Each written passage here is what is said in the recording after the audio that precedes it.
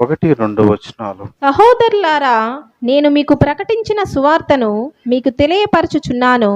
మీరు దానిని అంగీకరించితిరి, దాని యందే నిలిచియున్నారు. మీ విశ్వాసము వ్యర్థమైతేనే కాని నేను ఏ ఉపదేశ రూపముగా సువార్త మీకు ప్రకటించితినో ఆ ఉపదేశమును మీరు గట్టిగా పట్టుకునిన్న ఎడల ఆ సువార్త వలననే మీరు రక్షణ పొందువారై యుందురు. Praise lord. హల్లెలూయా. ఇక్కడ మనం వాక్యాన్ని జ్ఞాపం చేస్తే పౌలు గారు కొరింథీ సంఘానికి ఆయన తెలియపరిచినటువంటి మాటలు ఏంటంటే, నేను మీకు ప్రకటించిన సువార్త మీరు అంగీకరించారు. మీరు అంగీకరించినటువంటి ఈ సువార్తలో మీరు నిలిచి ఉన్నారు. ఇప్పటిదాకా నిలిచి ఉన్నారు. మీ విశ్వాసము వ్యర్థమైతే కానీ ఏ ఉపదేశం మీరు గట్టిగా పట్టుకున్న ఎడల ఆ సువార్త వల్లనే మీరు రక్షణ పొందువారై ఉన్నారు అన్నాడు. అంటే నేను మీకు సువార్తను ప్రకటించా, మీరు రక్షించబడ్డారు. మీరు రక్షించబడి ఏ ఉపదేశానుసారంగా మీరు రక్షించబడ్డారు. ఉపదేశం అంటే యేసు ప్రభువారి యొక్క జన్మాన్ని గురించి, మరణాన్ని గురించి, పునరుద్ధానాన్ని గురించి, ఇవి ఉపదేశం. ప్రకటించబడిన ఉపదేశాన్ని మీరు అంగీకరించారు. దాన్ని మీరు గట్టిగా పట్టుకుంటే ఆ సువార్త వలననే మీకు రక్షణ వస్తుంది అని అన్నాడు. అంటే మీకు ప్రకటించబడినటువంటి రక్షణ సువార్తను మీరు ఎలా పట్టుకోవాలి? గట్టిగా పట్టుకుంటేనే మీరు రక్షించబడతారు అనని చాలా స్పష్టంగా తెలియజేశాడు. నా ప్రియ దేవుని బిడ్డలారా, మరి గట్టిగా పట్టుకోవటం ఎలా మనకు తెలుసు. చిన్న బిడ్డలకు మనం రొట్టె ఇస్తే వాడు కాకులను చూశాడంటే కథకన పట్టుకుంటాడు. చాలాసార్లు మనం డబ్బును, ఈ బంగారాన్ని జోబీల్లో పెట్టుకొని పోతున్నప్పుడు మాటి మాటికి దీన్ని ఇట్టడి దవడుతుంటాం. మీ తవిడి ప్రతిసారి దొంగోడు గమనిస్తూ ఉంటాడు. మాటి మాటికి తవడుతున్నారంటే ఏందో ఉందరా అనుకుంటాడు. సాధ్యమైతే అంతవరకు కత్తిరించేస్తాడు. కాబట్టి ప్రియ దేవుని బిడ్డలారా, పట్టుకోవటం అంటే మరి ఎట్లని అంటే, ఇప్పుడు ఒక పిల్లి ఈ ఇంట్లో నుంచి మరొక ఇంట్లోకి బిడ్డలను తీసుకెళ్లాలంటే ఏం చేస్తుంది? నోటితో పట్టుకొని తీసుకెళ్తుంది. తల్లి నోటితో పట్టుకుంది కాబట్టి ఇంకా బిడ్డ జారేదానికి అవకాశం లేదు. ఇప్పుడు కోతి అయితే పొట్టకి పట్టుకుంటే అదే అతుక్కోవాలా. ఆ బిడ్డే తల్లిని గట్టిగా అతుక్కోవాలా. ఎంత గట్టిగా అంటే ఈ చెట్టు మీద నుంచి అవతల చెట్టుకు దూకేటప్పుడు ఏమాత్రం నువ్వు లూజుగా పట్టుకుంటే కింద పడిపోయి చచ్చిపోతుంది.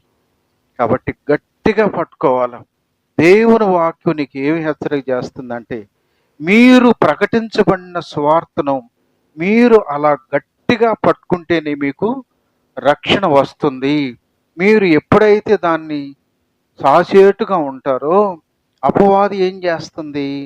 మనకు 2 కొరింథీ 11:3 అక్కడ అన్నాడు, సర్పము తన కుయుక్తి వలన అవ్వను మోసపరిచినట్లుగా అంటాడు. మరి దేవుడు మొట్టమొదటిగా సృష్టించినటువంటి ఆదామవ్వలు, వాళ్ళు డైరెక్ట్గా దేవునితో కనెక్షన్. ప్రతిరోజు వచ్చి దేవుడు వాళ్ళతో మాట్లాడుతుండేవాడు. ఇంత డైరెక్ట్ కనెక్షన్ ఉన్నటువంటి ఆదామవ్వల్ని సాతాను ఏం చేసింది? తన కుయుక్తి ద్వారా మోసం చేసి దేవుని ఆజ్ఞను అతిక్రమించేదానికి కారణమైంది. అంటే సాతానుకి నీవు డైరెక్ట్గా దేవునితో లింక్ ఉన్నప్పటికీ నిన్ను మోసం చేసే దానికి అవకాశం దానికి ఎక్కువగా ఉంది. మరి యేసు ప్రభు వారు ఏర్పరచుకున్న 12 మంది శిష్యులు ఉంటే 12 మందిలో ఒకడైన యోధాను ఏం చేసింది? తన వశం చేసేసుకున్నది. దేవుని బిడ్డలారా, అంటే వాళ్ళు డైరెక్ట్గా లింక్ ఉన్నటువంటి ఆదామవులు దేవుని ఆజ్ఞను అతిక్రమించి పాపం చేసేదానికి అపవాది కారకుడైంది.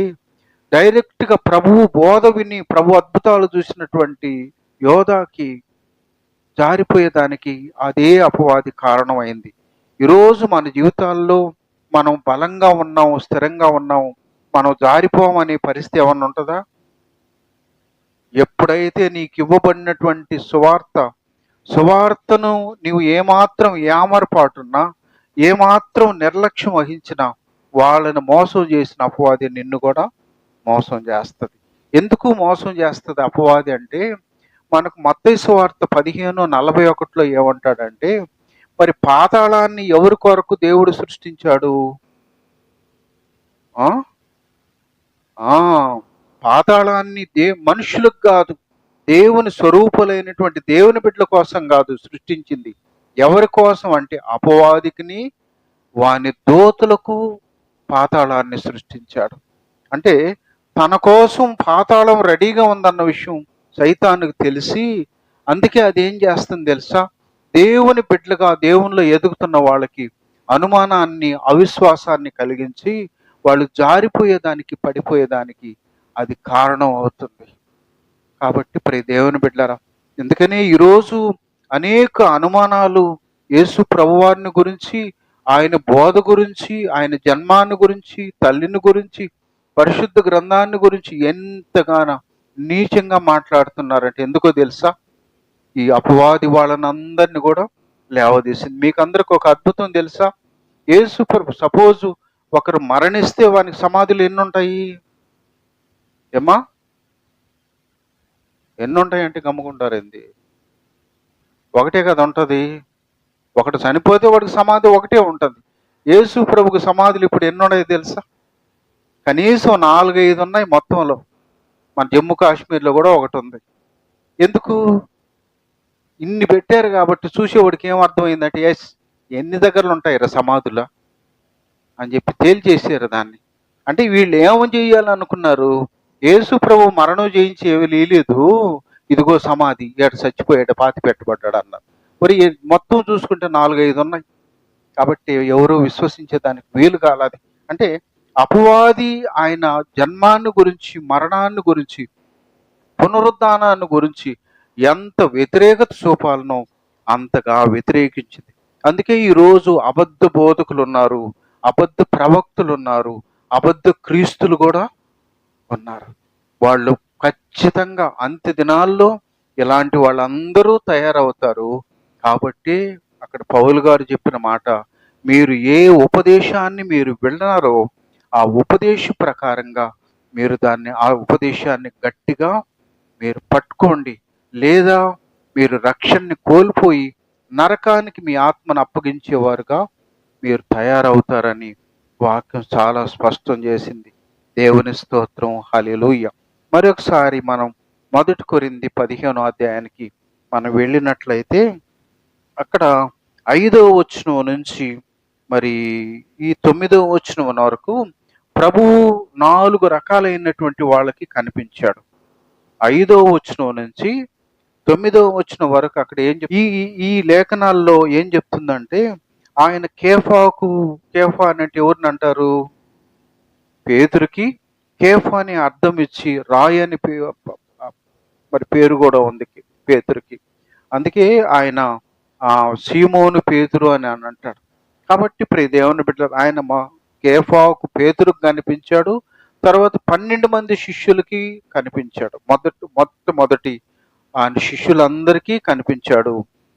తర్వాత రెండోది ఎత్తుకుంటే ఆయన ఎవరికి? యాకోబుకి కనిపించాడు. యాకోబు అంటే ఎవరైనా? యేసు ప్రభు వారి యొక్క సహోదరుడైనటువంటి యాకోబుకి కనిపించాడు. మరి రెండోది వచ్చి 500 మందికి ఒకేసారి కనిపించాడు. 500 మంది ఒక దగ్గర గుమ్ముగూడినప్పుడు వాళ్ళ 500 మందికి ఒకేసారి కనిపించాడు రెండోది. మూడోది ఏంటంటే యాకోబుకి కనిపించాడు. నాలుగోది ఏంటంటే పౌలుకి కనిపించాడు. కాబట్టి టోటల్గా 4 రకాలైన మనుషులకి పునరుద్ధానుడైన తర్వాత ప్రభువు కనిపించాడు. కాబట్టి 500 మందికి ఒకేసారి కనిపించాడంటే వాళ్ళని గురించి మనం వివరించలేం. కానీ మిగతా ముగ్గురిని, 3 రకాలైనటువంటి వాళ్ళ గురించి మనం కొన్ని మాటలు మనం నేర్చుకుందాం. మొదటిగా శిష్యులు మరి మనం యోహాను సువార్త 20వ అధ్యాయంలో వాళ్ళు రోములో ఉన్నప్పుడు యేసు ప్రభు వారు వాళ్ళకి అక్కడ లోపల కనిపించి వాళ్ళతో మాట్లాడి పునరుద్ధానుడు అన్న విషయాన్ని వాళ్ళకి గుర్తు చేశారు. గుర్తు చేసి వాళ్ళు ఇంకా అనుమానంగా ఉంటే మీ దగ్గర తినేదానికి ఏమన్నా ఉందా అని వాళ్ళు ఇచ్చిన చేపను, కాల్చిన చేపను ప్రభువు తిన్నాడు అక్కడ. అయితే యోహాను సువార్త 21వ అధ్యాయానికి వచ్చేసేటప్పటికి పేతురు ఏం చేశాడు? మరి మనమేంది సువార్త చెప్పేది ఏంది? మనం సువార్త చెప్తే ఎవడు తింటాడు? అసలు పరిచర్య మనం ఎలా చేయగలము? మన వల్ల కాదు, మన చేత కాదు అని చెప్పి పేతురు ఏం చేశాడు? కాబట్టి నేను రిటర్న్ వెళ్ళిపోతున్నా, నేను విడిచిపెట్టినటువంటి వల తీసుకొని నేను మరలా వెళ్ళిపోతాను నేను అని చెప్పి పేతురు బయలుదేరంగాల్ని ఆయన వెంబడి అనేక మంది శిష్యులు ఆయన్ని వెంబడించారు. వీళ్ళని పిలిచింది ఎందుకు? ఆయన పని కొరకు. ఆయన పని కొరకు పిలుచుకున్నటువంటి వీళ్ళందరూ మా వల్ల కాదు, మా చేత కాదు అని వెనక్కి తిరిగి వెళ్ళిపోయి ఆ రాత్రి అంతా చేపలు పట్టారు. ఒక్కటి కూడా లేదు. తెల్లారేటప్పటికే ప్రభు సముద్రపు ధరలో ఉన్నాడు. దేవుని స్తోత్రం, హల్లెలూయా. మన మాట వినకుండా, లోబడకుండా ఎన్నిసార్లు చెప్పినా విన్నప్పుడు ఏం చేస్తాం? మనలాంటి వాళ్ళం పోతే పోయిందిలే అనేటువంటి మనస్తత్వం మనలో వస్తుంది. కానీ ప్రభువారిది ఎంత గొప్ప మనస్తత్వం అంటే, ఎంతగా వాళ్ళని వారి ఆయన అద్భుతాలు చూశారు, ప్రభువారి యొక్క బోధ విన్నారు, అయినప్పటికీ జారిపోయిన వాళ్ళని అలా వదిలేయలేదు. కానీ ప్రభు వాళ్ళని వెంబడించి వాళ్ళని మరలా తన పరిచర్యకు అప్పగించాడు. దేవుని స్తోత్రం, హల్లెలూయా. ఎందుకో తెలుసా? ప్రతి మనుష్యుని కొరకు ప్రాణం ఇచ్చిన దేవుడు. నీవు ఇలా జారిపోవటం చేత కాదు. మనం కూడా చాలామంది మా వల్ల కాదు, మా చేత కాదు అనేటువంటి మనస్తత్వం మనకుంటుంది. నేను నిలబడి ఏం చెప్పగలను? నాకేం జ్ఞానం ఉంది, నాకేం తెలివితే అట్లుంది, మరి ప్రజల్ని ఎలా మెప్పించాలను అని అంటే ప్రభువారు ఏమంటాడు తెలుసా? మాట్లాడేది నువ్వు కాదు, నా ఆత్మ మీలో ఉండి మాట్లాడుతుంది అన్నాడు. దేవుని స్తోత్రం, హల్లెలూయా. కాబట్టి ప్రియ దేవుని బిడ్డలారా, ఎప్పుడైతే ఈ శిష్యులు ప్రభువు దగ్గర మళ్ళా కనిపించిన తర్వాత తిరిగి మళ్ళా రిటర్న్ వచ్చేసారో, ప్రభువు వాళ్ళకి ఏమని లోకాసు సువార్త 24 చివరిలో ఏమంటాడంటే, మీరు పైనుండి శక్తి పొందే వరకు మీరు పట్టణములో నిలిచి ఉండమన్నప్పుడు వాళ్ళందరూ ప్రభువు మాటకు లోబడి అపోస్తలుల కార్యం 1వ అధ్యాయంలో వాళ్ళందరూ కూడా తల్లి సహోదరులు 120 మంది ఆ మేడగదిలో చేరి వాళ్ళందరూ ఏక మనసుతో ఎడతెగకుండా ప్రభువా మీ ఆత్మను కుమ్మరించమని ప్రార్థన చేస్తూ ఉన్నారు. ఎప్పుడైతే పెంతెకోస్తు దినం వచ్చిందో మరి వాళ్ళు పరిశుద్ధాత్మ అగ్ని జ్వాలల్లాగా వాళ్ళ మీద వాలినప్పుడు వాళ్ళందరూ భాషలతో మాట్లాడారు. నా ప్రియ దేవుని బిడ్డలారా, ఎలాంటి భాషలు అంటే ఆ పునరుద్ధానం రోజు 120 మంది దేవుని ఆత్మతో నింపబడినప్పుడు వాళ్ళు ఎలాంటి భాషలు మాట్లాడినారంటే, మీరు గమనించినట్లయితే 9వ వచనం నుంచి గమనిస్తే వాళ్ళు 18 రకాల భాషలు మాట్లాడేవాళ్ళు. అంటే యెరూషలేములో 18 భాషలు మాట్లాడేవాళ్ళు ఉన్నారు. ఇప్పుడు హైదరాబాద్ ఉంది, చాలా భాషలు మాట్లాడేవాళ్ళు ఏడాది నుంచో వచ్చి ఆడుంటారు. అదేవిధంగా యెరూషలేములో కూడా 18 భాషలు మాట్లాడేవాళ్ళు అక్కడ ఉన్నప్పుడు వాళ్ళందరూ వాళ్ళ భాషలో 18 రకాల భాషల్లో వీళ్ళందరూ వాళ్ళతో మాట్లాడుతున్నారు. భాషలకు మాట్లాడుతున్నప్పుడు వాళ్ళందరూ ఆశ్చర్యపోయారు. అరే, మా భాషలతో వీళ్ళు మాట్లాడుతున్నారు, ఇదేంది ఇదని ఆశ్చర్యపోతూ వాళ్ళల్లో ఒకడు అన్నాడు, వీడు కొత్త మద్యంతో నిండి ఉన్నారని ఎగతాళి చేస్తూ ఉంటే, నా ప్రియ దేవుని బిడ్డలారా, మరి 14వ వచనంలో పేతురు, ఏ పేతురైతే పిరికోడో, ఏ పేతురైతే పరిస్థితులు బట్టి పారిపోయాడో, ఏ పేతురైతే పని పిల్లొచ్చి నీవు ఆయన శిష్యుడు కదా అంటే కాదని ఒట్టేసుకున్నాడు, ఆ పేతురు ఈరోజు వాళ్ళందరిలో నిలవబడి మీరు అనుకున్నట్లుగా వీళ్ళు మందు కొట్టలేదు, దేవుడు అంత్య దినాల్లో ఆత్మను కుమ్మరిస్తానన్నాడు, వీళ్ళ ఆత్మతో నింపబడి ఈ విధంగా మాట్లాడుతున్నారని వాళ్ళకి వివరిస్తూ 23వ వచనంలో ఆయన అన్నాడు, మీ రక్షణ కొరకు ఈ లోకానికి వచ్చినటువంటి క్రీస్తును మీరు ఏం చేశారు? దుష్టుల చేత ఆయనకి సిలువ వేయించి చంపారు మీరు. అంటే మీ రక్షణ కొరకు, మన రక్షణ కొరకు ఈ లోకానికి వచ్చినటువంటి క్రీస్తుని మీరు ఏం చేశారు? సిలువ వేయించి చంపారు. ఆయన మరణం ఆయన్ని బంధించలేదు, కానీ మరణ వేదనలు జయించి ఆయన తిరిగి లేచాడు, ఆయన సజీవుడు అని చెప్పి తేటతెల్లం చేస్తూ ఖండితంగా సువార్త ప్రకటించినప్పుడు 37వ వచనం మొదటి మాట లైన్లు అంటాడు, వారు ఈ మాట విని హృదయంలో నొచ్చుకొని ఫుట్నోట్లు అన్నాడు, పొడవబడి అన్నారంట. అంటే పేతురు ఆత్మవశుడై అంత ఖచ్చితంగా మాట్లాడినప్పుడు మరి వాళ్ళు హృదయంలో పొడవబడి అన్న మాట ఏంటంటే, అయ్యా జరిగిపోయింది ఏదో జరిగిపోయింది, ఇప్పుడు మమ్మల్ని ఏం చేయమంటారు అని చెప్పినప్పుడు మీరు మీరు మీరు బాప్తిసం నమ్మి బాప్తిసం పొంది పాపక్షమాపణ నిమిత్తం బాప్తిసం పొంది మీరు రక్షించబడండి అన్నప్పుడు 3000 మంది ఒకేసారి రక్షించబడేదానికి అక్కడ పేతుర్ని దేవుడు వాడుకున్నాడు. దేవుని స్తోత్రం, హల్లెలూయా. ఒకప్పుడు పిరికోడు, ఒకప్పుడు పరిస్థితులను బట్టి పారిపోయేవాడు, నా వల్ల కాదులే, నా చేత కాదనేవాడు పారిపోయాడు. అదే వ్యక్తి ఈరోజు ప్రభువు కొరకు అంత గొప్పగా వాడబడ్డాడు. 4వ అధ్యాయంలో 13వ వచనంలో వారు పేతురు యోహానుల ధైర్యము చూచినప్పుడు, అక్కడ ఉన్నటువంటి శాస్త్రులు పరిసయ్యులు పేతురు యోహానులు ఎంత ధైర్యంగా ఎంత ఖండితంగా మాట్లాడుతున్నప్పుడు వాళ్ళ ధైర్యాన్ని చూసినటువంటి అక్కడ ఉన్న వాళ్ళు అనుకున్నారంట, వీళ్ళు విద్య లేని పామరులు కదా, వీళ్ళకి ఎంత ధైర్యం ఎక్కడి నుంచి వచ్చింది, ఎంత జ్ఞానం ఎట్టొచ్చింది, ఎలా ప్రకటించగలుగుతున్నారని ఆశ్చర్యపోయి అనుకున్నారు, వీళ్ళు యేసుతో ఉన్నారు కదా కాబట్టి ఇలా ధైర్యం వచ్చింది. దేవుని స్తోత్రం, హల్లెలూయా. వాళ్ళ ధైర్యాన్ని చూసి ఆశ్చర్యపోతున్నటువంటి వాళ్ళకి ఈ 19వ వచనంలో పేతురు యోహానులు అన్నాడు, వాళ్ళు ఇక నుంచి సువార్త చేయొద్దు, ఇక నుంచి మీరు అద్భుతాలు చేయొద్దు అని చెప్పినప్పుడు పేతురు యోహానులు వాళ్ళతో మాట్లాడుతూ అంటాడు 19వ వచనంలో, దేవుని మాట వినుట కంటే మీ మాట వినటం శ్రేష్టమా? మీరే చెప్పండి, మేము కన్న వాటిని విన్న వాటిని చెప్పకుండా ఉండలేము. దేవుని స్తోత్రం, హల్లెలూయా. దేవుని బిడ్డలారా, పునరుద్ధానుడైన ప్రభువుని వాళ్ళు వ్యక్తిగతంగా చూశారు, అనుభవించారు, మరి వాళ్ళ ఆత్మతో నింపబడ్డారు, పునరుద్ధాన బలంతో నింపబడ్డారు. ఈరోజు ధైర్యంగా మాట్లాడుతున్నారు. అంతేకాదు వాళ్ళు అధికారులతో అంటారు, ఆయన ప్రకటించమన్నాడు, మీరు వద్దంటున్నారు, అందుకే మేము మీ మాట వినటం శ్రేష్టమా, ఆయన మాట వినాలా, మీరే చెప్పండి, మేము కన్న వాటిని ఏదైతే చూసాము ఏదైతే విన్నామో వాటిని చెప్పకుండా మేము ఉండలేము. ఇండైరెక్ట్గా ఏమి వాళ్ళు ఇచ్చారు ఇండికేషను, ప్రాణం పోయిన మేము ఆయన మాట చెప్పకుండా ఉండలేము అనేటువంటి రీతిలో వాళ్ళు మాట్లాడారు. దేవుని స్తోత్రం, హల్లెలూయా. మరి దేవుని బిడ్డలారా, శిష్యులు పునరుద్ధానుడైన క్రీస్తును వాళ్ళు ఎరిగారు కాబట్టి అందుకే వాళ్ళు ప్రభువు పనే వాళ్ళకి ప్రాధాన్యత. మొట్టమొదటిగా ఆ ప్రభు పనిలో వాళ్ళు తలమునకలు అయిపోయి ఎంత చెరసాల అనుభవాలు, ప్రాణాపాయ పరిస్థితుల్లో వచ్చినా ఎప్పుడు కూడా దేవుని పని ఆటంకపరచలా, దేవునిలో ముందుకు కొనసాగి చివర్లో వాళ్ళందరూ కూడా హతసాక్షులయ్యారు. శిష్యులు హతసాక్షి అనే బుక్ కూడా ఉంది.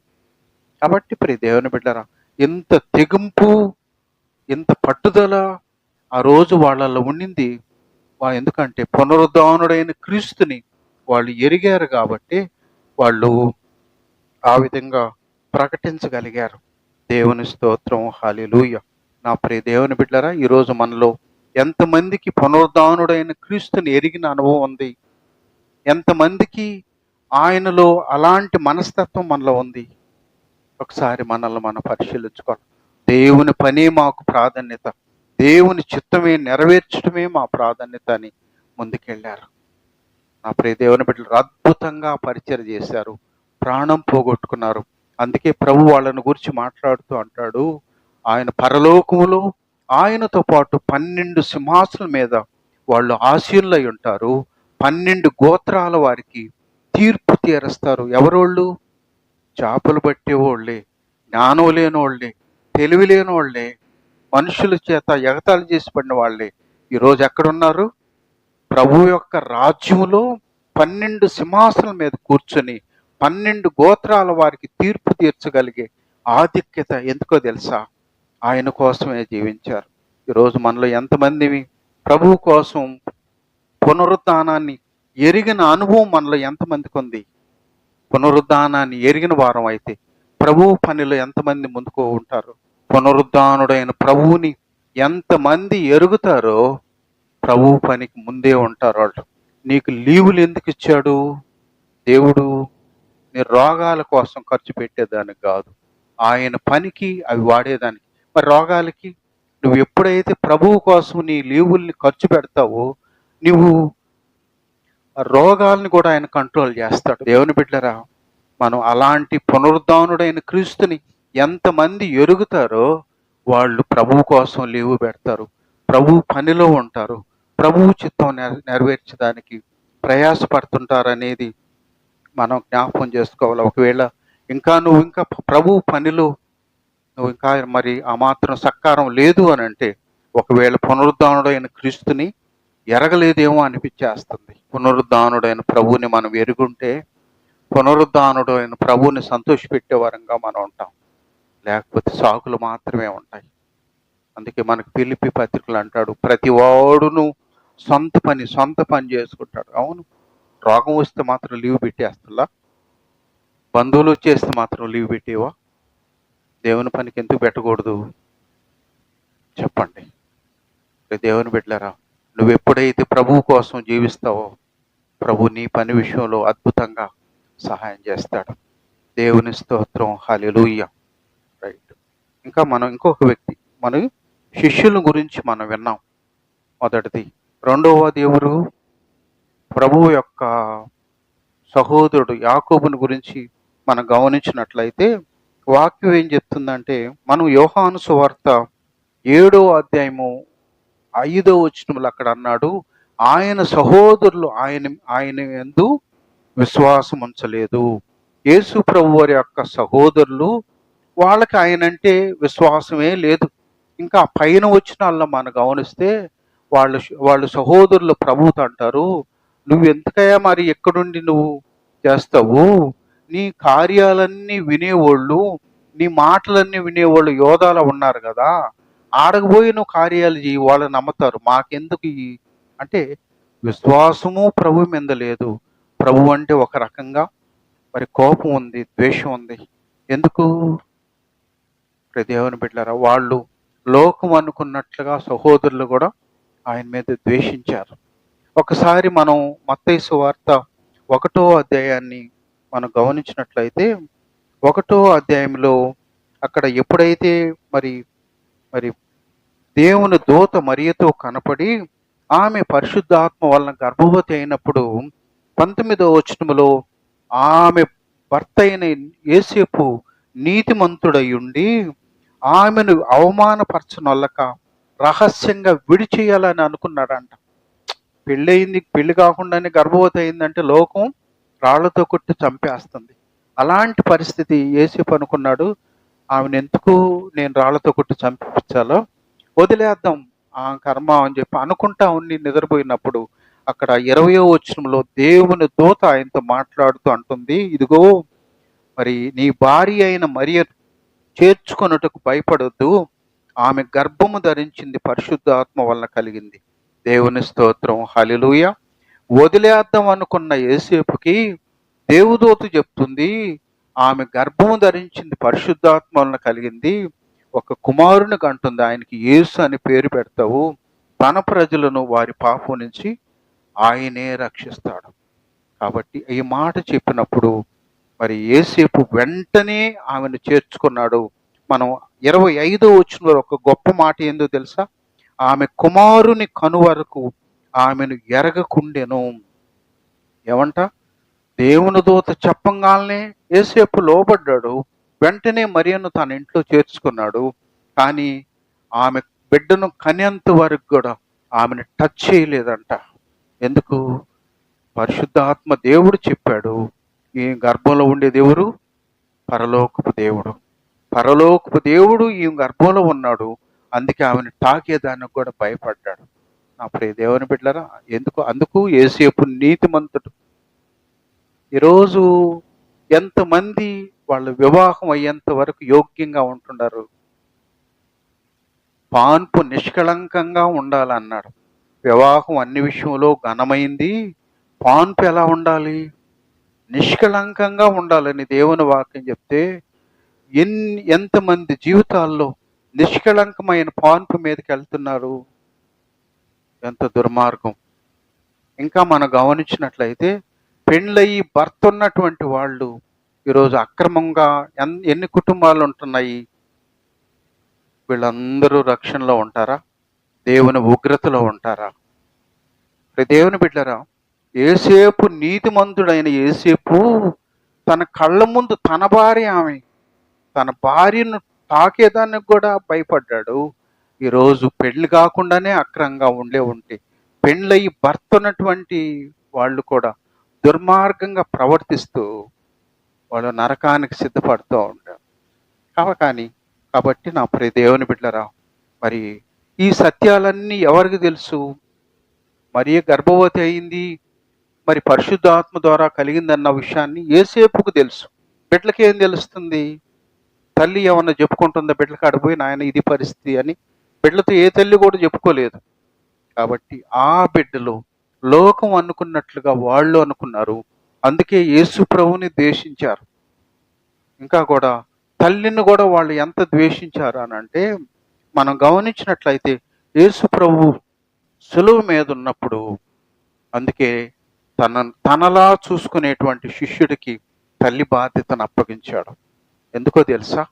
మిగతా సహోదరులు ఎవడూ లేడాడ, యోహాను మాత్రమే ఉన్నారు శిష్యుల్లో. అందుకే తల్లి బాధ్యతను ఆయనకు అప్పగించాడు. అంటే వాళ్ళకి తల్లి మీద కూడా కోపం, తల్లి అంటే కూడా ద్వేషం వచ్చింది. అంటే దేవుని చిత్తాన్ని నెరవేర్చే విషయంలో యేసేపు అయినా మరియమ్మ అయినా ఎంత అవమానాన్ని, ఎంత నిందను, ఎంత బాధను సహించారు, ఓర్చుకున్నారు. కాబట్టి ఈరోజు మరియమ్మ అన్ని తనాల్లో ఆమె ధన్యురాలని వాక్యం తేటతెల్లం చేస్తుంది. దేవుని స్తోత్రం, హల్లెలూయా. కాబట్టి ఇంతగా ద్వేషించినటువంటి సహోదరులని ప్రభు విడిచిపెట్టాడా? విడిచిపెట్టలేదు. కానీ ప్రభు పునరుద్ధానుడైన తర్వాత మనం గమనించినట్లయితే ఆయన యాకోబును దర్శించాడు, యాకోబుతో మాట్లాడాడు. దేవుని స్తోత్రం, హల్లెలూయా. అంటే మరి ఈ సహోదరులు ప్రభు అంటే ద్వేషం ఉంది, కానీ ప్రభు ద్వేషం ఉందని ఆ కుటుంబం మరి నరకానికి వెళ్ళటం ఆయన ఇష్టపడలేదు. కానీ వాళ్ళని దర్శించాడు. ఎప్పుడైతే పునరుద్ధానుడైన ప్రభు వాళ్ళతో మాట్లాడాడో ప్రభు మరి ఆ యాకోబు హృదయం బద్దలైపోయింది. అయ్యో, పరలోకపు దేవాతి దేవుడే, మరణం జయించి లేచినటువంటి యేసు, ఈయన్ని మేము ఎంత తక్కువగా అంచనా వేశాం, తల్లిని కూడా ఎంత అవమానించాం అనే విషయాన్ని వాళ్ళు మరి అప్పుడు సత్యాన్ని గ్రహించినా ఏం చేస్తారు? ఆల్రెడీ యోహాన్ దగ్గరికి తల్లి వెళ్ళిపోయింది. కాబట్టి నా ప్రియ దేవుని బిడ్డలారా, ఆయన్ని ద్వేషించిన వాళ్ళని, ఆయనంటే అవమానించిన వాళ్ళని, ఆయన నిందించిన వాళ్ళని ఆయన విడిచిపెట్టే దేవుడు కానే కాదు. కాబట్టి ప్రియ దేవుని బిడ్డలారా, మనం అక్కడ ఆ సత్యాన్ని గ్రహించినటువంటి యాకోబు మన ఒక మాట గలతీ పత్రిక 2వ అధ్యాయము 9వ వచనంలో సంఘములో స్తంభంగా ఉన్నాడు. స్తంభములుగా ఎంచబడిన యాకోబు చాలమ్మా. సంఘములో యాకోబు ఎలా ఉన్నాడంట? ఒక స్తంభంగా ఉన్నాడంట. అంటే ఒక ఇల్లు ఒక మంచి పిల్లర్ మీద నిలబడుతుంది. ఈ పిల్లరు పడిపోతే మొత్తం పడిపోతుంది. సంఘములో యాకోబు ఎలా ఉన్నాడు? ఒక పిల్లర్ లాగా అంటే సంఘం యావత్తుకి పిల్లరు యాకోబు అయిపోయాడు. అంత బాధ్యతను ఆయన ఫీల్ అయ్యాడు. దేవుని పనిని కొనసాగించాడు. యాకోబు పత్రిక మీరు ఎంతమంది చదివారో నాకు తెలియదు, కానీ నిజంగా చదివితే బాగులతో అటు గుచ్చినట్టు ఉంటుంది. అది అంత ఖండితంగా రాశాడు ఆయన. ఖండితంగా రాశాడు.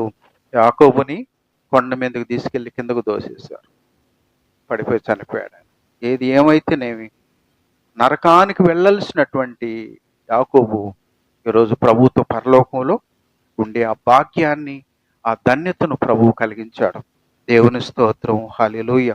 నా ప్రియ దేవుని బిడ్డలారా, పౌలు గారిని మనం చివరిగా పౌలు గారిని కానీ గమనించినట్లయితే పౌలు కూడా యేసు ప్రభువుని ద్వేషించాడు.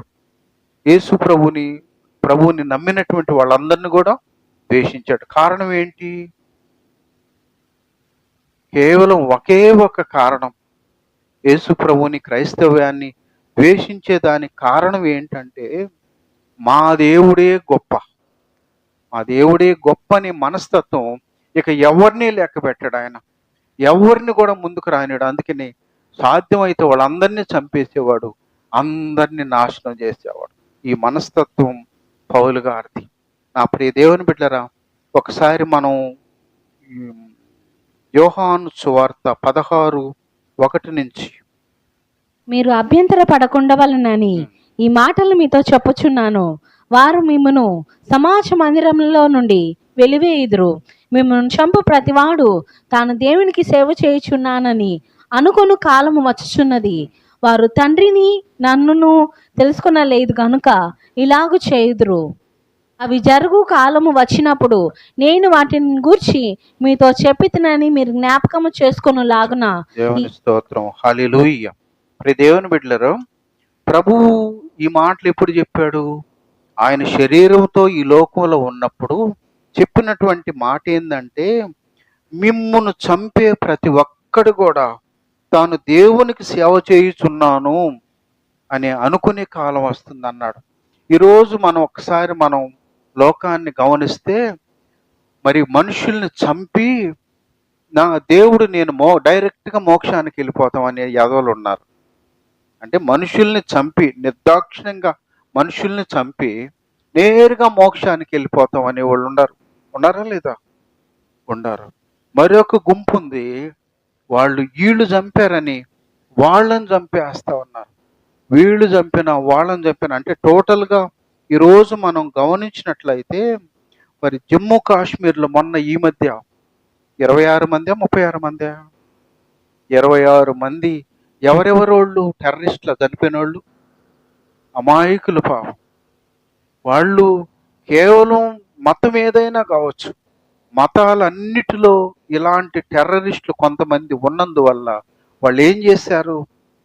కొంతమంది చేసినటువంటి దౌర్భాగ్య పనికి అమాయకులను వాళ్ళు చంపేస్తా ఉన్నారు. వాళ్ళందరూ కూడా పాపం నిలవన చనిపోయారు. ప్రియ దేవుని బిడ్డలారా, కాబట్టి ఏ మతంలో అయినా టెర్రరిస్ట్ మనస్తత్వాలు ఉన్న వాళ్ళని దూరం చేస్తే తప్ప ఇలాంటి దుర్మార్గాలు ఆపు. వాళ్ళలో క్రైస్తవులు ఎవడన్నా ఉండడా? టెర్రరిస్టులు ఫలాని క్రైస్తవులు ఇలా చంపారు అని ఎవడన్నా అన్నాడా? ఫలాని క్రైస్తవులు ఇలా తిట్టాడని ఎవడన్నా చరిత్రలో చెప్పేవాడు ఉండడా? ఎక్కడా లేదు. ఎందుకో తెలుసా? ఒకడు మొన్న క్రైస్తవులు అంటే గొర్రెలు రానని, క్రైస్తవులు అంటే గొర్రెలని, వాడు ఎందుకన్నా ఒక రకంగా గొర్రెలే. ఎందుకో తెలుసా? ప్రభువు చెప్పిన బోధను తూచా తప్పకుండా అంగీకరించే వాళ్ళేంది? గొర్రెలాంటి మనస్తత్వమే కదా. ఇప్పుడు గొర్రె కూడా కాపరిని వెంబడించేస్తుంది. మరి ఈరోజు క్రైస్తవులు లోకం మనుషుల్ని హింసిస్తున్నా, చంపేస్తున్నా, వాళ్ళని అవమానిస్తున్నా, గొర్రెలాంటి మనస్తత్వంతో క్రీస్తుని వెంబడిస్తున్నారని అంటే ఇది క్రీస్తు బోధ ఎంత గొప్పది, ఎంత శ్రేష్టమైంది. నా ప్రియ దేవుని బిడ్డలారా, అందుకనే ఈరోజు ఆ ఛత్తీస్గఢ్ కావచ్చు, మణిపూరు, బంగ్లాదేశ్, ఈరోజు కర్ణాటక కావచ్చు, మధ్యప్రదేశ్ కావచ్చు, ఉత్తరప్రదేశ్ కావచ్చు, ఇలా ఎన్ని రాష్ట్రాల్లో ఈరోజు దుర్మార్గంగా అమాయకులను చంపేస్తున్నారు. దాని అంతటికీ కారణం ఇలాంటి మరి టెర్రరిస్ట్ మనస్తత్వాలు ఉన్న వాళ్ళు ఉండబట్టి. నా ప్రియ దేవుని బిడ్డలారా, కానీ ప్రభు ఎప్పుడు చెప్పాడు? ఆయన శరీరంతో మొదటి శతాబ్దంలో ఈ భూమి మీద నిలబడినప్పుడు మిమ్మల్ని చంపే ప్రతి ఒక్కడు ఇది దేవునికి సేవ చేస్తున్నానని అనుకునే కాలం వస్తుంది, కాబట్టి అవి నెరవేరినప్పుడు నన్ను జ్ఞాపకం చేసుకోండి అన్నాడు. ఈరోజు నెరవేరుతున్నాయా లేదా? ప్రభు మాట ఎప్పుడు చెప్పాడు? 21వ శతాబ్దంలో ఈరోజు ఇవన్నీ నెరవేరుతున్నాయి అంటే ప్రభు మాట ఎంత ఖచ్చితం. కాబట్టి ప్రియ దేవుని బిడ్డలారా, మనం క్రైస్తవులు గొర్రెల్లాగా తల ఉంచుకున్నా, సహించినా, భరించినా ఒక గొప్ప మాట ఏందో తెలుసా? కీర్తనలు 97:3 ముందు నడుచుచున్నది, అది చుట్టూనున్న ఆయన శత్రువులను కాల్చివేయుచున్నది. దేవుని స్తోత్రం, హల్లెలూయా. ఈరోజు గొర్రెల్లాగా తలంచుకొని క్రైస్తవులు వెళ్తుండొచ్చు. మీరు వాళ్ళని తలంచుకొని వెళ్ళే వాళ్ళని చూస్తే మీకు ఇంకా హుషారు పెరగచ్చు. కానీ వాక్యం ఏం చెప్తుందో తెలుసా?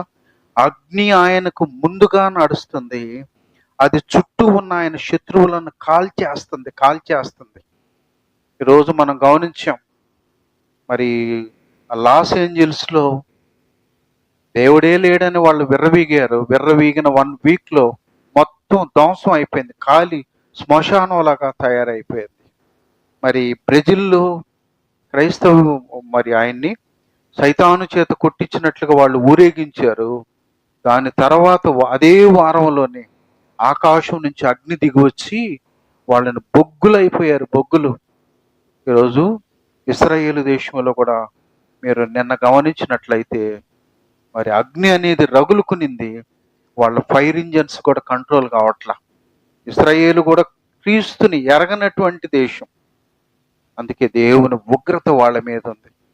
కాబట్టి ప్రియ దేవుని బిడ్డలారా, అందుకే వాళ్ళు సహిస్తారు. అందుకే ప్రభు కూడా మనకి ఏం చెప్పాడు? మరి రోమా పత్రికలో పగ తీర్చుట నా పని, 12వ అధ్యాయంలో పగ తీర్చటము నా పని, నేను చూసుకుంటా, మీకెందుకు ఆ బాధ అని ప్రభు చెప్పాడు. ఆయన పగ తీర్చే దేవుడు. అందుకే మనకు వాక్యం హెబ్రీ పత్రిక 10:31 అంటుంది, దేవుని చేతిలో పడుట బహు భయంకరం. ఆయన ఓర్పుతో ఉంటాడు, సహనంతో ఉంటాడు. మరి ఆయన కోపం వస్తే భయంకరమైనటువంటి తీవ్ర నష్టమైన పరిస్థితులు వస్తుంది. దేవుని స్తోత్రం, హల్లెలూయా. కాబట్టి ప్రియ దేవుని బిడ్డలారా, మరి మనం ఒక మాట మనం గమనిస్తే, మరి 1 కొరింథీ 15వ అధ్యాయంలో ప్రభు 4 రకాలైన వాళ్ళని దర్శించాడు. వాళ్ళందరూ ఎంత మారారు? చాలా చాలా గొప్పగా మారారు. ప్రభువు కోసమే జీవించారు, ప్రభువు పనే చేశారు, ప్రభువు కోసమే మరణించారు. అంటే నువ్వు నేను పునరుద్ధానుడైన ప్రభువుని ఎరిగుంటే ఆయన కోసం మనం జీవించగలం. ఆయన చిత్తాన్ని నెరవేర్చడానికి మనం ముందుకుంటాం. అలా కాకుండా ఉంటే మనం పునరుద్ధానుడైన క్రీస్తుని మనం ఎరగలేదనే సత్యాన్ని స్పష్టంగా తెలియజేస్తుంది. ఇంకొక మాట మనం గమనిస్తే యోహాను సువార్త 20వ అధ్యాయంలో 19వ వచనంలో శిష్యులందరూ కూడా తలుపు మూసుకొని లోపల కూర్చో ఉన్నప్పుడు ప్రభు వాళ్ళ మధ్యలో నిలబడి అన్న మాట ఏందో తెలుసా? మీకు సమాధానం కలుగునుగాక అని అన్నాడు. అంటే వాళ్ళందరూ భయంతో వణికిపోతూ రూమ్లో కూర్చో ఉంటే ప్రభు వాళ్ళకి కనపడి మీకు సమాధానం అంటే వాళ్ళకి సమాధానం లేదు, మనశ్శాంతి లేదు, నెమ్మది లేదు, భయము, భీతి, దుఃఖము, వేదంతో ఉండిపోయారు. అందుకే వాళ్ళకి మీకు సమాధానం అని ప్రభువు ప్రకటించాడు. రెండోది మనం గమనించినట్లయితే 21వ వచనంలో ప్రభు మరలా అన్నాడు, మీకు సమాధానం కలుగును గాక అన్నాడు. 26వ వచనంలో ప్రభు అన్నాడు, మీకు సమాధానం కలుగును గాక. దేవుని బిడ్డలని అంటే ఈ కొన్ని వచనాల్లోని ప్రభువు 3 సార్లుగా తన బిడ్డలకు ఏం కావాలనుకున్నాడు? సమాధానం కలుగును గాక, సమాధానం కలుగు. దేవుడు ఏం ఆశిస్తున్నాడు తన బిడ్డల విషయంలో? సమాధానం కలిగి మీరు మీ కుటుంబాలు జీవించాలని కోరుకుంటున్నాడు. ప్రియ దేవుని బిడ్డలారా, ఎందుకో తెలుసా? యెషయా గ్రంథం 9:6 వచనంలో ఆయనకున్న పేరు, మరొక పేరు ఏంది తెలుసా? సమాధాన అధిపతి అని ఆయనకి పేరు.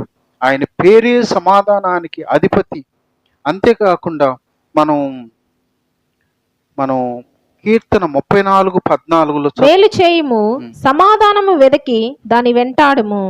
రైట్. సమాధానాన్ని ఏం చేయాలి? వెదకాలి, వెంటాడాలి. అంటే సమాధాన అధిపతి ఆయన్ని నువ్వు నమ్ముకొని ఉండొచ్చు, సమాధాన అధిపతి నువ్వు ఆయనలో ఎదగుతుండొచ్చు. కానీ నువ్వు ఏం చేయాలంటే నీ కుటుంబము నువ్వు సమాధానంగా ఉండాలంటే ఆయన్ని వెదకాల, వెంటాడాల.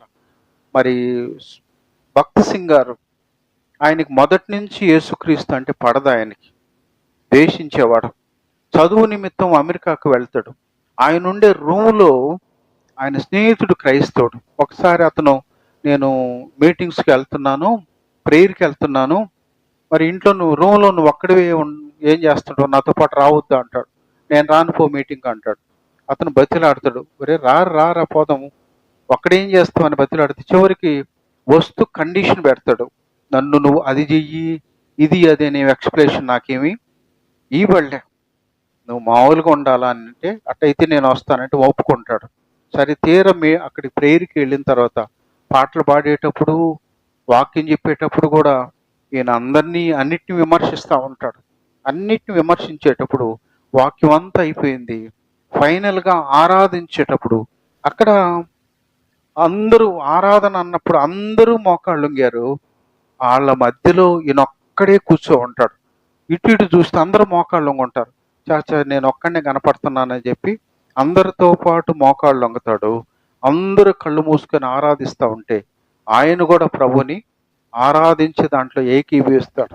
దేవుని బిడ్డలారా, పరిశుద్ధాత్మ దేవుడు బలంగా ఆయన్ని దర్శించినప్పుడు ఆయన అందుకే ఆయన రాసిన చిన్న బుక్ ఉంది, చెప్పన అశక్యమును మహిమాయుక్తమైన ఆనందం అనే ఒక బుక్ రాశాడు.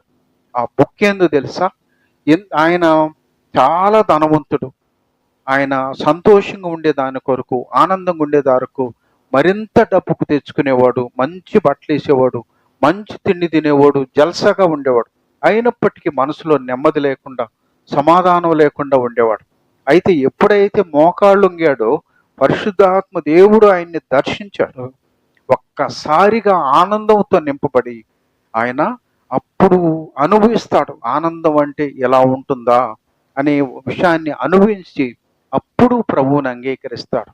అప్పుడు అంగీకరించి చాలా గొప్పగా ప్రపంచంలో 10,000 కంటే ఎక్కువైన సంఘాలని కట్టాడు. దేవుని స్తోత్రం, హల్లెలూయా. సమాధానాన్ని మనం ఏం చేయాలా? మనము మన కుటుంబాలు సమాధానంతో ఉండాలంటే సమాధానాన్ని మనం వెతికి వెంటాడాలి. అంతేగాని నువ్వు వెంటాడకుండా, సమాధానాన్ని వెతకకుండా అది నీ దగ్గరికి ఏమి రాదు. సమాధానం ఎలా ఉంటుందో ఒక మాట మనం గమనిస్తే, ఒక అతను సాక్ష్యం, అతను తాగుబోతుగా ఉన్నప్పుడు ఇంటికి వచ్చేస్తే భార్య గడగడగడ వణికిపోయేదంట. చెప్పేది అతడు నిమిషాల్లో తెచ్చిచ్చేసేది, మాట వినేది. తర్వాత పిల్లలు ఆయన వస్తున్నాడంటే భయపడి దాక్కునేవాళ్ళు. ఎప్పుడు? తాగుబోతుగా ఉన్నప్పుడు. రక్షించబడిన తర్వాత ఈరోజు ఇంటికి వస్తున్నారంటే మాట వినేవాడే లేడు. ఆయన సాక్ష్యం ఏందో తెలుసా? అప్పుడు నేను తాగున్నప్పుడు భయపడిపోయి వణికిపోయేవాళ్ళు, ఈరోజు ఏమైంది? మాటే వింటోలే. మరి స్టువర్ట్పురం సుధాకర్ గారు కూడా చెప్పేవాడు, ఆయన దొంగగా ఉండి దొంగతనం చేసేటప్పుడు నువ్వు దొంగని ఏలెత్తి చూపేవాడు ఎవడూ లేడు. కానీ దొంగతనం వదిలేసి మారు మనసు పొంది రక్షించబడి దేవుని పని చేసేటప్పుడు ప్రతి ఒక్కడు ఏలెత్తి చూపేవాడే, నువ్వు దొంగవని. అంటే అప్పుడు ఎందుకు? అప్పుడు ఎవడన్నా ఏలెత్తి చూపిస్తే అట్లా ఇరిచేసేవాడు. మార్పు చెందిన తర్వాత ఈరోజు అన్ని భిన్నంగా తయారవుతూ ఉంటాయి. కాబట్టి ప్రియ దేవుని బిడ్డలారా, నాకు అతను తెలుసు, చాలా ఖచ్చితమైన మనిషి. అతను వాళ్ళ భార్య ఇంటర్మీడియట్ ఏమో చదివి ఉండింది. ఆమె ఇంటర్మీడియట్ చదివినామని డిగ్రీ కట్టించాడు, పీజీ కట్టించాడు, గ్రూప్స్కి కోచింగ్ ఇప్పించాడు. ఆమె ఏసీటీఓగా సెలెక్ట్ అయిపోయింది. చాలా మంచి పోస్ట్, గొప్ప పోస్ట్ సెలెక్ట్ అయింది. ఆయన ఉద్యోగం అయిపోయింది. రిటైర్డ్ అయిపోయిన తర్వాత వాళ్ళకి ఏం వచ్చిందో, డివైడ్ అయిపోయారు భార్య భర్తలు. ఎందుకు? ఆయనకి కోపం ఎక్కువ, ఏదన్నా అంటే రోషం ఎక్కువ. కానీ ఆయనకి ఇప్పుడు ఏమైంది? ఆమె ఒక స్టేజ్కి వెళ్ళిపోయింది. ఇప్పుడు నేను అధికారిని, నేను జీతం ఎక్కువ, ఇలాంటి మనస్తత్వం. వరే ఈ స్థితిలోకి వచ్చి దాని కారకుడు ఎవరు? అతను కదా. నువ్వు ఈరోజు ఏసీటీఓగా ఉన్నావు, ఇప్పుడు ఇంకా పెరిగిపోయి ఉంటుంది. వాళ్ళ ఇంటికి కూడా పోయేవాడిని నేను, ఇంకా గొప్ప పోస్ట్ కూడా వచ్చి ఉంటుంది. కానీ ఆ రోజు ఆయన పట్టుబట్టి నిన్ను చదివించి, పట్టుబట్టి నీ కోసం ప్రయాసపడకపోతే ఈ పొజిషన్ నీకు ఎలా వస్తుంది? దేవుని బిడ్డలారా, చాలా కుటుంబాల్లో బాగా భార్యలు ఎక్కువ చదివి ఉంటారు, ఎక్కువ అందంగా ఉంటారు, మంచి పోస్టులు ఉంటాయి, ఎక్కువ జీతాలు ఉంటాయి. ఇతను భర్త ఉండేవాడు తక్కువ పోస్టే ఉంటుంది, పెద్దగా పర్సనాలిటీ కూడా ఉండకపోవచ్చు. నువ్వు అతిశయిస్తే ఎట్లా, నువ్వు గర్విస్తే ఎట్లా, అలాంటి పొసగని పరిస్థితులు సమాధానం యాడ్ నుంచి వస్తుంది. ఎన్ని కుటుంబాలు లేవు తేడా చూయించి నువ్వెంత అంటే నువ్వెంత అనే మనస్తత్వం. ప్రియ దేవుని బిడ్డలారా, నీకన్నా అతను తక్కువే కావచ్చు, చదువు తక్కువ కావచ్చు, పర్సనాలిటీ తక్కువ కావచ్చు, జీవితం తక్కువ కావచ్చు. దేవుడు ఆయన్ని ఏ పొజిషన్లో పెట్టాడు తెలుసా? నీకు తలగా పెట్టాడు ఆయన్ని. భార్యకి శిరస్సు ఎవరు? భర్త నీకు శిరస్సు. నువ్వు ఎవరి ఆజ్ఞకు లోబడాలా? ఈ ఆజ్ఞకు నువ్వు లోబడాల. శరీరం ఇది పెట్టింది ఎవరు? ఈ నియామకం చేసింది ఆయన. ఆయన నియామకానికి నువ్వు లోబడకుండా నువ్వేదో ఆధిక్యతలు నీకుండవని నువ్వు విర్రవీగితే నువ్వు ఎవరు ఆజ్ఞను అతిక్రమించినట్లు? దేవుని ఆజ్ఞను నువ్వు అతిక్రమించినటువంటి పరిస్థితి. జాగ్రత్త. ఎవరు కూడా మనం అలాంటి మరి ఆశీర్వాదానికి బదులుగా మనం నష్టం పోకూడదు. ఇంకొక మాట కూడా మనం గమనిస్తే సమాధానం అనేది ఎలా కోల్పోతుంది అంటే, ప్రభువు మరి పిల్లల్ని ఎలా పెంచమన్నాడు? బెత్తం వాడి మరి పెంచమన్నాడు. కొన్ని కుటుంబాల్లో భార్య భర్త ఇద్దరు కూడా బిడ్డలను కంట్రోల్ చేసే దానికి కొడుతుంటారు, మరి తిడతా ఉంటారు. కొన్ని కుటుంబాల్లో ఏంటో తెలుసా, మరి ఆ భర్త ఒక్కడే ఆ బాధ్యత తీసుకుంటాడు. భర్త ఒక్కడే బాధ్యత తీసుకొని వాళ్ళని కొడుతుంటాడు, తిడతా ఉంటాడు. మరి ఈ భార్య ఏం చేస్తుంది? చాలా సందర్భాల్లో ఆమె మామూలుగా అయిపోయింది కాబట్టి, వాళ్ళ దగ్గర తీసుకుంటుంది కాబట్టి ఆటోమేటిక్గా వాళ్ళ మనస్తత్వం ఎలా తయారవుతుంది? వాడు చూస్తే కోపిష్టోడు, షాడిస్టు, ఈమె ప్రేమతో దగ్గరికి తీసుకుంటుంది కాబట్టి బిడ్డలు తల్లి ఒకటి సపరేట్ అయిపోతారు, వీడు ఒక్కడే మిగిలిపోతాడు. లేవా కుటుంబాల్లో? దేవుని బిడ్డలారా, ఎందుకు ఇది? ఆయన దేవుని చిత్తాన్ని నెరవేర్చేదానికి, అతను కంట్రోల్ చేసేదానికి, తన కుటుంబం యోగ్యంగా ఎదిగేదాని కోసం వాళ్ళని తిడుతుంటాడు, కొడుతుంటాడు. కానీ నువ్వంటే ప్రేమ లేకనా? కానీ వాళ్ళ మనస్తత్వం చిన్న వయసు నుంచి ఎలాంటి మనస్తత్వంలోని పెరిగి పెద్దోళ్ళు అయిన తర్వాత వాళ్ళు ద్వేషించేదానికి కారణం అవుతుంది. నీకు ఎప్పుడు కొట్టే తండ్రి విలువ తెలుస్తుంది అని అంటే, తిట్టే టీచరు, కొట్టే టీచర్ యొక్క విలువ నీకు ఎప్పుడు తెలుస్తుంది? నువ్వు ఒక మంచి పొజిషన్లోకి వచ్చినప్పుడు అప్పుడు అంటావు, ఆ టీచర్ లెక్కలు రానప్పుడు నన్ను కొట్టేవాడు, అందుకే నేను కష్టపడి నేర్చుకున్నా. ఇంగ్లీష్ రానప్పుడు వాడు కొట్టేవాడు, ఈరోజు నేను ఈ స్థితిలో ఉన్నా అంటే కారణం అది. తండ్రి కూడా నిన్ను కొట్టడం, తిట్టడం వల్ల బాధ్యతగా నువ్వు పెరిగి మంచి ప్రయోజనకరమైనప్పుడు దీనికి కారణం వాళ్ళ నాన్న అనే విషయం అప్పుడు గుర్తొస్తుంది. ఈలోపు మరి వీణొక్కనే చేసేసి ఉంటారు కదా, అందుకు సమాధానాన్ని కోల్పోయే పరిస్థితి వస్తుంది. కాబట్టి ప్రతి దేవుని బిడ్డలారా, ఇలాంటి ఉదాహరణలు ఎన్నైనా చెప్పవచ్చు. టోటల్గా ఒక మాట మనకు వాక్యం ఏం చెప్తుందంటే, ఎపిసి పత్రిక 4వ అధ్యాయం 1వ వచనములో, కాబట్టి మీరు సమాధానమును బంధము చేత ఆత్మ కలిగించు ఐక్యమును కాపాడుకొనుటయందు శ్రద్ధ కలిగిన వారై. వాక్యం కుటుంబంలో ఎవరి జీవితాల్లో అయితే ఇట్లా డివైడ్ అండ్ రూల్గా ఉంటున్నారో, బాధ్యతను, వాస్తవాన్ని, సత్యాన్ని ఎరగకుండా ద్వేషం పెంచుకొని ఉంటున్నారో, అలాంటి వాళ్ళ గురించి ఇక్కడ వాక్యం ఏం చెప్తుందంటే, మీరు సమాధానం అనే బంధము చేత ఆత్మ కలిగించే ఐక్యాన్ని కాపాడుకునటం. మీరు సమాధానం అనే బంధము, మీ ఆత్మ, దేవుని ఆత్మ మీలో కలిగించే ఐక్యతను మీరు కాపాడుకోవటంలో శ్రద్ధ కలిగిన వారుగా ఉండాల. శ్రద్ధ కలిగిన వారుగా ఉండాలంటే ప్రేమతో ఒకరినొకడు సహించాలి. మీకు ఐక్యంగా ఉండాలని, నా కుటుంబం సమాధానంగా ఉండాలా, నా కుటుంబం నెమ్మదిగా ఉండాలని నువ్వు కోరుకుంటే నువ్వేం చేయాలా? ప్రేమతో ఒకరినొకడు సహించుకోవాలా. ప్రతి దేవుని బిడ్డలారా, సహించుకోవటం అని అంటే, కొన్నిసార్లు భర్త డ్యూటీల్లో బాగా టెన్షన్ అయిపోయి ఇంటికి వచ్చిన తర్వాత నువ్వు అద్దాలేదు, ఈ ఉద్యోగలేదు అనుకో, ఏం చేస్తాడు? కోపం వచ్చేస్తుంది. అలా కాకుండా కాసేపు అయిన తర్వాత మాట్లాడితే ప్రశాంతంగా ఉంటుంది. అంటే సమాధానాన్ని నువ్వు కోరుకునే నువ్వు ఒక పక్క గయ్యని ఒకడంటే రెండో పక్క నువ్వు రియాక్షన్ కూడా అట్లే ఉంటే సమాధానం ఎలా వస్తుంది? ఆడు గయ్య అయినప్పుడు నువ్వు కొంచెం మరి సహిస్తే తర్వాత నువ్వు అర్థమవుతాడు చెప్తే అప్పుడు తెలిసిపోతుంది. అందుకని ప్రేమతో ఒకరినొకడు నిన్ను నీ మాటకు గౌరవం ఇవ్వకపోయినా, నువ్వు చెప్పినట్లుగా చేయకపోయినా దేవుని వాక్యం ఏం చెప్తుంది? భార్య వచ్చి భర్తను లోబడాలి, విధేయత చూపించాలి అన్నాడు. ఉందా లేదా? భార్యకి చెప్పిన దేవుని వాక్యం ఏంటంటే నీ భర్తను నువ్వు లోబడాలా, విధేయత చూపాలి. అదే సమయంలో భర్తకి ఏం చెప్పాడు? నీ శరీరం అయిన నీ భార్యను ప్రేమించు, సన్మానించమన్నాడు. అదే సమయంలో వాక్యం ఏం చెప్తుంది? నీ బిడ్డలను దండించటం మీరు మానొద్దు అని చెప్పి ఇంకొక కొలస్సీ పత్రిక 18 చదువు. మీ భర్తలకు విధేయులయుండుడి, ఇది ప్రభువును బట్టి యుక్తమై ఉన్నది. భర్తలారా మీ భార్యలను ప్రేమించుడి, వారిని నిష్ఠూర పెట్టకుడి. పిల్లలారా అన్ని విషయములలో మీ తల్లిదండ్రుల మాట వినుడి, ఇది ప్రభువును బట్టి మెచ్చుకొనదగినది. తండ్రులారా మీ పిల్లల మనస్సు కృంగకుండునట్లు వారికి కోపం పుట్టింపకుడి. చాలు. ఇంకా దాసుల గురించి, యజమానుల గురించి ఇంకా కూడా చెప్పాడు. కాబట్టి భార్యలకు చెప్పాడు మీ భర్తలకు విధేయులుగా ఉండండి. భర్తలు చెప్పాడు మీ భార్యలను ప్రేమించండి, వారిని నిష్ఠూర పెట్టకూడదు అని అన్నాడు.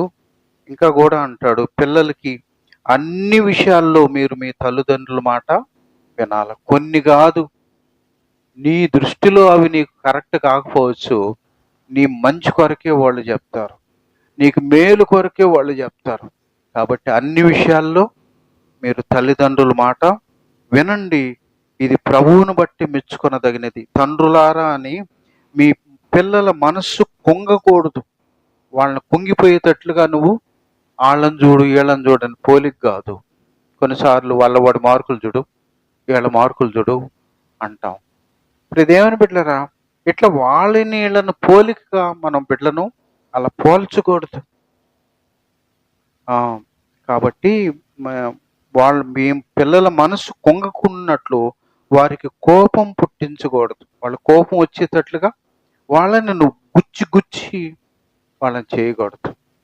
కాబట్టి దేవుని వాక్యం ఎంత ఖచ్చితంగా మన కుటుంబాల్లో సమాధానాన్ని కలిగి ఉండాలో చాలా క్లియర్గా దేవుడు రాయించి పెట్టాడు. ఇలాంటివి దేవుడు చెప్పినట్లుగా మనం లోబడితే, దేవుడు చెప్పినట్లుగా మనం నడుచుకుంటే కుటుంబాల్లో సమాధానం ఉండదా? కుటుంబాల్లో నెమ్మది ఉండదా? కుటుంబాల్లో సంతోషం ఉండదా? దేనికి కొదవ ఉండదు. కానీ అలా లోబడాలంటే, కాబట్టి ఇప్పుడు దేవుని బిడ్డరా, అంటే నువ్వు నీ జీవితంలో ఒక లీడర్గా ఎప్పుడు నువ్వు నడుస్తుంది బండి, నువ్వు ఉద్యోగం చేసేటప్పుడు, నీ కష్టపడేటప్పుడు, నువ్వు అన్ని కూడా బాధ్యతలన్నీ మోసేటప్పుడు నీ బండి నడుస్తుంది. నువ్వు మూలబడినప్పుడు అదే లెవెల్లో నడవమంటే నడుస్తుందా? నడవదు. అప్పుడు ఏం చేయాలా? అదే లెవెల్లో నువ్వు మెయింటైన్ చేయాలంటే అందరు కోపగించి నిన్ను పట్టించుకోకపోతే, కాబట్టి అబాస్ పాలు అయిపోయే పరిస్థితి వస్తుంది. నేను లీడర్ని అప్పుడు, ఇప్పుడు నేను లీడర్ని కాదు. ఈరోజు నేనేం చేయాలా? లేని ఓర్పుని తెచ్చుకోవాలా? లేని రీతిలో అందరితో సైక్య కలిగి ఉంటే నాకు అన్నీ కూడా నడిచిపోతూ ఉంటాయి. కాబట్టి ఇప్పుడు దేవుని బిడ్డలారా, ప్రభు చేసిన ఈ హెచ్చరికలు మనం జ్ఞాపకం చేసుకొని మన జీవితాల్లో కేవలం వినేవారు మట్టుకై ఉండి మనల్ని మనం మోసపరుచుకోకుండా ప్రభు వాక్య ప్రకారంగా జీవించే వారంగా ఉండాలని ప్రభు ఇష్టపడుతున్నాడు. దేవుడి మాట్లాడిన వెనుకల్లో దీవించును గాక. ఆమేన్.